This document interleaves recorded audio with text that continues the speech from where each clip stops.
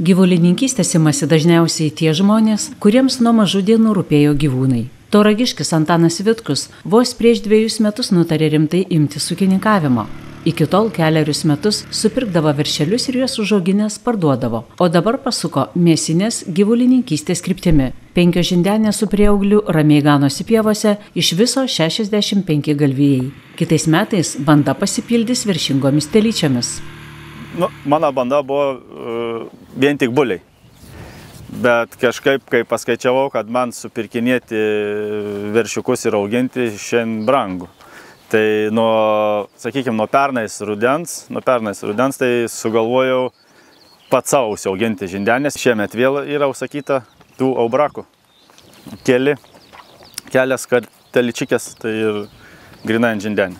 Po truputėlį tapsite rimtų gyvulininkystės ūkių. Tikiuosi. Antanas iki šiol sėjo šiek tiek javų, tačiau nutarė viską apie 100 hektarų skirti žolynams.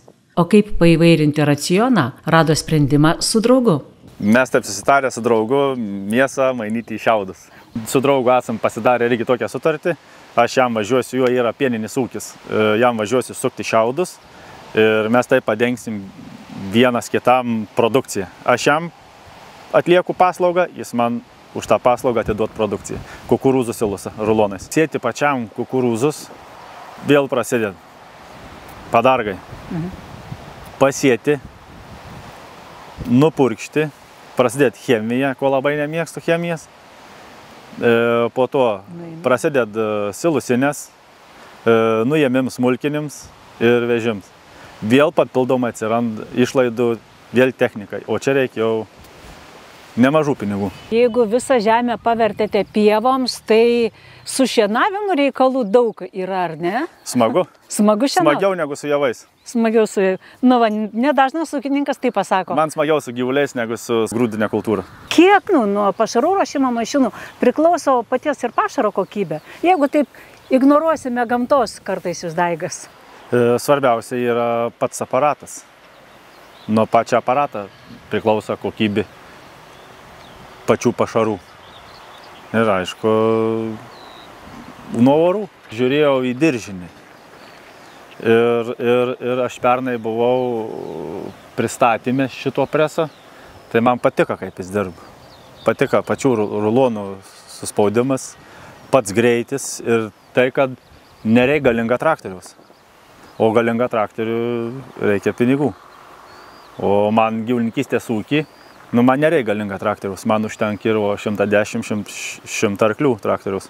O šitam presui 110 arklių yra per akis. Mašina keičiasi, ar reikia to papildomo kažkokio mokymosi priprasti? Be abejo. Ir kaip sekėsi? Kaip sakyti, dalis iš to bendrą išprusimą, o dalį atvažiavę specialistai iš Lenkijos parodė. Buvo vietų, kurių nežinojau. Kas buvo nauja? Nauja tai buvo su tinkliuku, tinkliuką įstatyms ir nustatyti patį kompiuterį, tinkliuką padavimą impulsus. O šiaip, kaip rinkti, kaip formuoti rulį, kada sustoti, kada pradėti, kaip uždaryti kamerą, tai man yra jau žinoma. Valdymas preso vyksta iš traktoriaus kabinos, ar ne? Taip, labai paprastas valdymas, labai paprastas. Sipma rytinių presas Antano ūkyje ir iš tikrųjų dar tik tai tos pirmosios dienos, kai esi išbandęs. Bet kaip suprantu, pakankamai supažindinote su mašina ir dirbti sekasi. Taip, praeitą savaitę buvo atvažiavę gamintojai, kurie visada siūlo, jeigu žmogus perka presą, jie atvažiuoja ir vietoje paleidžia. Aišku, galim padaryti ir mes patys tą paleidimą, kaip sakant, bet kaip atvažiuoja gamintojas, yra daug geriau. Aš pasižiūriu, kad būtų nustatytas rulio diametras, aš tai suku visą laiką 1,30 m. Dažniausiai būn, kad padidinu rulį, nes kad surinkti likusią pradalgį, ten į 1,40 m, didesnių nesuku. O šiaip tai žiūriu, kada susuka, sustoti, tinkliuką apsuka, atidaryti kamerą, pats monitorius parodo. Marius minėjo, kad netrukus pas jūs atvažiuos ir vyniotuvas. Prieš tai turėjau dublį, bet dabar įsigijau vieną nedublis paprastas, tai nusprendžiau atskirai geriau nusipirkti vyniotuvą ir šiandien man žymiai pigiau ir paprasčiau. Antanas šieną gamina iš natūralių pievų pirmos žolės. Šienainis bus gaminamas iš kultūrinių pievų ir atolo. Prisiminus praėjusius metus, kai žolė augo prastai, atrodo, kad šie metai pašaro negailės, sakė ūkininkas. Pirmasis šių metų derlius, Antanai, kiek čia tų šieno jau rytinių sudėta? 80. 80. Ne? Kelių dienų darbas? Vakar aš jau suvežiau. Tai vieną, kiek dienų pjovėt, kiek sukote? Pjoviau 2 dienas, 3 dienas pjoviau ir per dieną susigrėbiau ir susukau. Tai vienas spartus darbas, ne? Jo, greitai. Kokybė turbūt irgi nebloga, minėjote, kad daug geriau šiemet. Jo, tikrai geriau ir patys ruliai geresni gaunas tas suspaudims ir pasakysiu, pačią rulę tūris yra visai kitoks nei prieš tai, kur turėjau presą. Mariau, kaip jūs vertinate šito rytinę kokybę? Tai kaip ir matote, tikrai rytiniai yra visi vienodi, gero suspaudimo.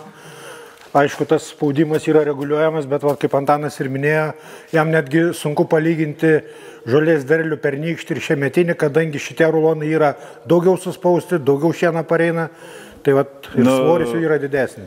Pernai žolės, imkim, buvo perpus mažiau, šiemet tikrai daugiau, tai taip kažkaip klaidina tas presas, kad, sakykim, sąlyginai prisuku kaip ir mažokai pagal šių metų derlių. Kad žolės yra tikrai dvigubai daugiau negu pernais, bet rulius, sakykime, vos ne tas pats, kas į pernais. Tai viskas aišku. Pačia rulė tūris.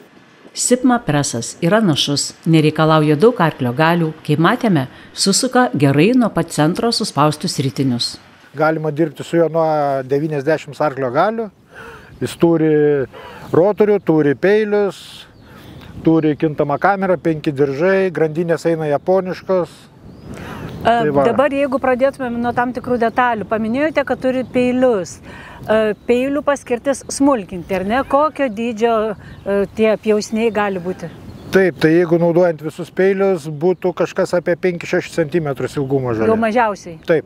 O jeigu ten kas antrą, nuo kiek iki kiek tas diapazonas? Tai tada būtų, jeigu kas antrą šėmus peilį, būtų kažkas 12-15 daugmaž. Ar dažnai ūkininkai naudoja peilius, kaip manot? Jo, kas pjauna būtent kultūrinės pievas ilgas, taip, ir ypač jeigu iš karto dalina arba meta, kaip sakant, į dalintuvus, kurie supjausto ir daro mišinius ir po to tiesiai į tvartą veža, tai tas yra labai gerai, nes tada jau mažiau darbo pačiam dalintuvui pjausit. Ūkininkai jau yra įvertinę diržinio preso privalumus. Tolygus suspaudimas svarbus ruošiant ir šieną, ir šienainį, taip pat renkant šiaudus. Kintamą kamerą rulonus galima daryti pagal savo poreikį. Pavyzdžiui, šienas standartinis yra, sakykime, apie 1,25–30 m. Šiaudam galima pasidaryti 1,80 m, kadangi šiaudai yra lengvesni. Tai tam, pagal traktorių, pagal poreikius ir pagal galimybės, kur reikia krauti. Lieka pusė pradalgio ir, tai susimažini rulono dydį ir paprasčiausia užbaigi tą lauką ir jis būna suviniotas, o ne palaidas. Sipma yra Lenkų gamintojas, jis gamina ne tik diržinius, gamina ir būgninis presus, ir šienapėves gamina. Taipogi gamina ir viniotuvus rulonam vinioti. Tarp kitko, Antanas yra užsisakęs. Pas mus ūkiai nėra labai stambus, sakykim, ir Sipma orientuojasi tai, kad neverta gaminti dublio, nes tai reikalauja galingo traktoriaus, orientuojasi į mažesnių ūkininkų poreikius. Sipma gamina ne tik pašarų ruošimo techniką. Gamyklos asortimente daug gyvulininkystės ūkiams reikalingos technikos, tad tokių ūkių šeimininkai mielai bendradarbiauja su margučiais. Ir ne tik lietuviai.